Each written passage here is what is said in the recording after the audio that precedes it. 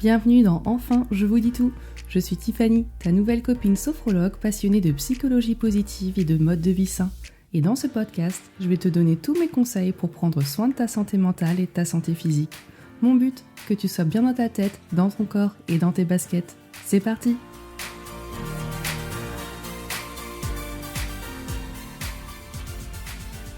Hello et bienvenue dans ce nouvel épisode. Aujourd'hui, on va parler d'un sujet qui fait mal à beaucoup de femmes, c'est la culpabilité alimentaire. Tu sais, cette petite voix qui t'a dit « t'as encore craqué, t'as pas de volonté, t'y arriveras jamais ». Eh bien, j'ai une bonne nouvelle, le problème, c'est pas toi, c'est le régime. Pendant des années, on nous a fait croire que pour être en forme et bien dans notre corps, il fallait se priver, compter les calories, bannir certains aliments et surtout serrer les dents, voilà. Et forcément, quand tu n'y arrives pas sur le long terme, que ton objectif de perte de poids, par exemple, il n'arrive pas à être au niveau que tu aimerais, tu penses que le problème vient de toi parce que tu es incapable d'y arriver. Il y a des autres femmes qui sont plus minces que toi, comment elles font, toi, tu n'y arrives pas et tu as des croyances limitantes qui viennent. Tu te dévalorises, tu perds confiance et en fait, le problème ne vient pas de toi, en fait. Un problème, c'est la méthode qui ne fonctionne pas. En réalité, c'est les régimes qui sont voués à l'échec. On va prendre un exemple concret. Tu fais un régime strict, tu dis « Ah bah voilà, dans quelques semaines, je pars en vacances, je veux être super belle dans mon maillot de bain, etc. » Tu fais un régime super strict avec un déficit calorique de fou, tu manges plus rien, tu tiens 2 semaines, tu craques, forcément parce que c'est intenable. Tu culpabilises d'avoir craqué et tu recommences, etc., etc. C'est un cycle infernal en fait qui fait plus de dégâts que le fameux éclair au chocolat ou la pâtisserie de la boulangerie que tu viens d'acheter, que tu as mangé. Finalement, c'est ce cycle infernal qui va faire que tu vas rentrer dans une spirale très néfaste, aussi bien pour ton estime que toi, pour ton corps, qui va jamais rien comprendre, qui va osciller entre régime hyper restrictif et presque hyperphagie, boulimie dans l'autre sens, tellement en fait tu vas être dans l'excès. C'est pas possible. Donc pourquoi ça marche pas ? Parce que déjà ton corps il aime pas la restriction. Forcément il a l'habitude de... Pour qu'il fonctionne bien, il faut que tu manges autant de calories que tu ne dépenses par jour pour arriver à un équilibre. Ça, il aime bien. Mais quand tu te prives, si tu mets finalement trop de déficit calorique dans ta journée, en fait, ton corps, il ne comprend pas. Et ton cerveau va se mettre en mode survie, il va dire « Oh là là, c'est la grosse famine, mince, il y a quelque chose qui ne va pas. » Donc tes hormones de la faim, elles explosent parce qu'en fait, tu crèves la dalle et tu deviens obsédé parce que tu n'as pas le droit de manger, évidemment. Sinon, ce serait pas drôle. Donc, résultat, au lieu d'être libre, au lieu d'être bien dans ta peau, d'être bien dans ton corps, tu es en lutte permanente contre ton assiette et contre toi-même. Et c'est ça qui génère la culpabilité. C'est pas le fait d'avoir mangé, ou même de ne pas manger, mais c'est le fait de croire que tu as échoué, que tu n'es pas capable de respecter un plan que tu t'es fixé, imaginaire ou pas, ou que tu as vu sur les réseaux ou pas, ou qui est à la mode ou pas, enfin bref. C'est ça dont je veux te parler dans cet épisode, c'est que ce que tu penses qui est bien pour toi, des fois, c'est pas ce qui est bien pour toi. Ce que tu vois chez les autres, ça veut pas dire que parce qu'ils font tel ou tel régime et que ça marche chez eux, ça va marcher chez toi. On est tous différents. Et c'est ça que j'essaye de te dire aussi depuis tous ces épisodes de podcast, c'est il faut te recentrer sur toi, t'écouter, écouter ton corps, écouter tes besoins. Et la clé mindset que j'aimerais te donner aujourd'hui, c'est de changer de regard. Ici, le problème, c'était pas toi. Ici, le problème, c'était pas les quelques kilos que tu penses avoir en trop. Mais si c'était la méthode qui fonctionne pas.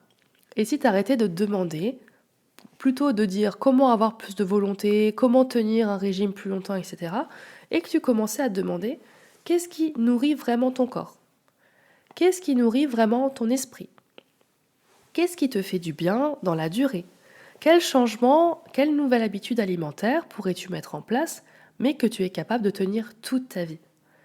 Et c'est ça qui va être important. Faire un régime sur 1 mois, 2 mois, si c'est pour avoir un résultat court terme, ça tiendra jamais parce que c'est intenable.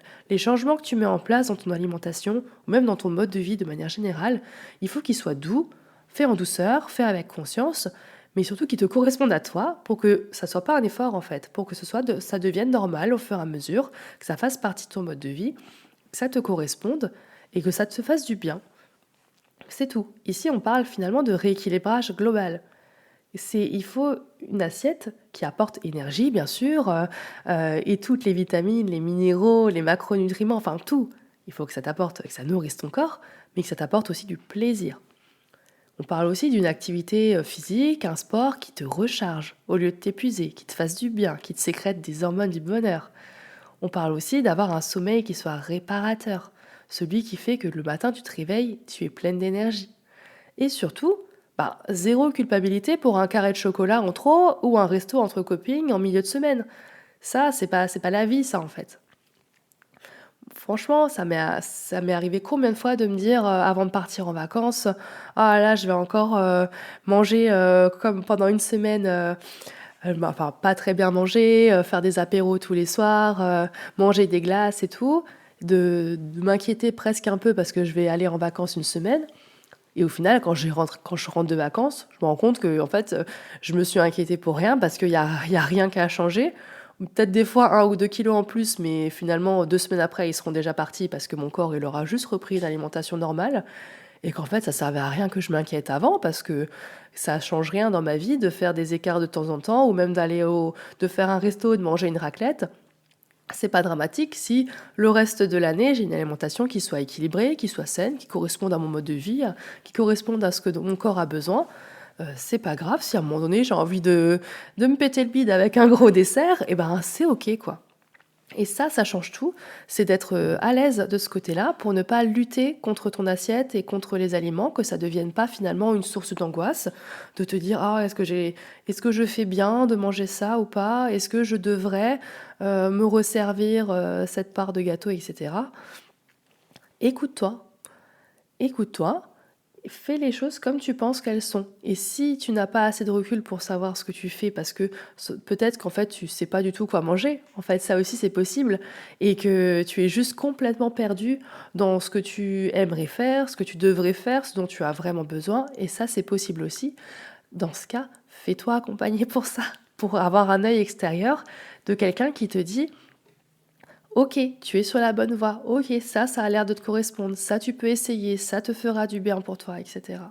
Parce qu'en fait, je pense que le plus dur, c'est la désinformation ou le trop d'informations qu'on voit partout, où au final, les gens sont complètement perdus sur les bienfaits ou méfaits de certains aliments ou de certains régimes, etc.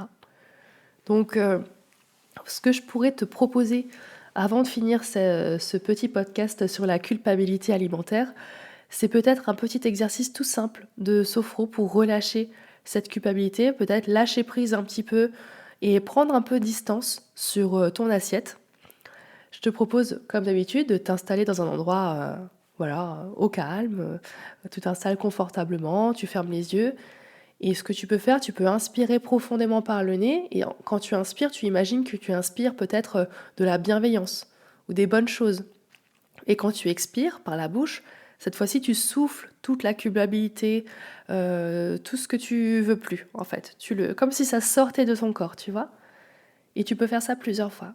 Et tu peux aussi te répéter mentalement des phrases qui peuvent ressembler à «Je ne suis pas définie par ce que je mange» ou «Mon corps mérite respect et douceur», «Je fais ce que je peux», «Je nourris mon corps de belles choses», «Je m'écoute», etc., etc.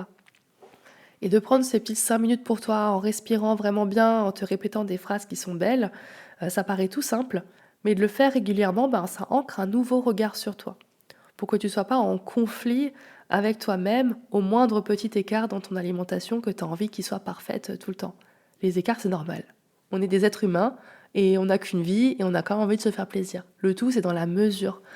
J'aime bien cette phrase qui dit la dose, je crois que c'est la dose, c'est le poison, un truc comme ça. Donc en gros, c'est les excès qu'il faut essayer de doser. Mais de manger un peu de chocolat de temps en temps, de faire un resto avec tes copines, de partir en vacances, euh, c'est pas dramatique si le reste du temps, tu fais les choses qui sont bien et tu te nourris de bonnes choses et que dans ton corps, tu as toutes les vitamines, tous les minéraux, tous les éléments, les protéines, enfin tout ce qu'il faut dans ton corps est là. Quand tu as des écarts, c'est pas dramatique, t'as pas besoin de culpabiliser pour ça. Après, bien sûr, c'est plus facile à dire qu'à faire, mais n'hésite pas de te donner un petit coup de pouce avec quelqu'un à côté de toi pour te guider et vérifier que tu es bien dans la bonne voie pour ta santé surtout. Donc, pour conclure, retiens bien ça, c'est pas toi le problème, c'est tous ces régimes. On veut plus entendre parler de mot régime, d'accord? Et tu n'as pas besoin de plus de volonté, tu as besoin d'une approche qui soit plus douce, plus respectueuse de toi. Et pour terminer, j'aimerais ouvrir la discussion avec toi et peut-être que tu peux me répondre à ce podcast si tu l'as entendu. Quelle est ta plus grosse galère alimentaire en ce moment?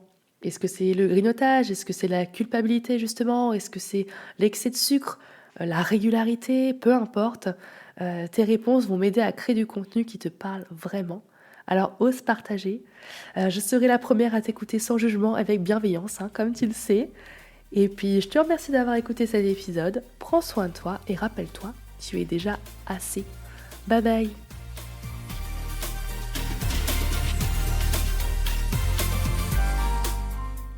Avant de partir, n'oublie pas de t'abonner au podcast, de le noter avec 5 étoiles et de me rejoindre sur Insta et LinkedIn. Si tu veux qu'on travaille ensemble et me voir en consultation de sophrologie, je t'invite à me réserver un rendez-vous avec moi. Tu trouveras toutes les infos dans les notes. Bye bye.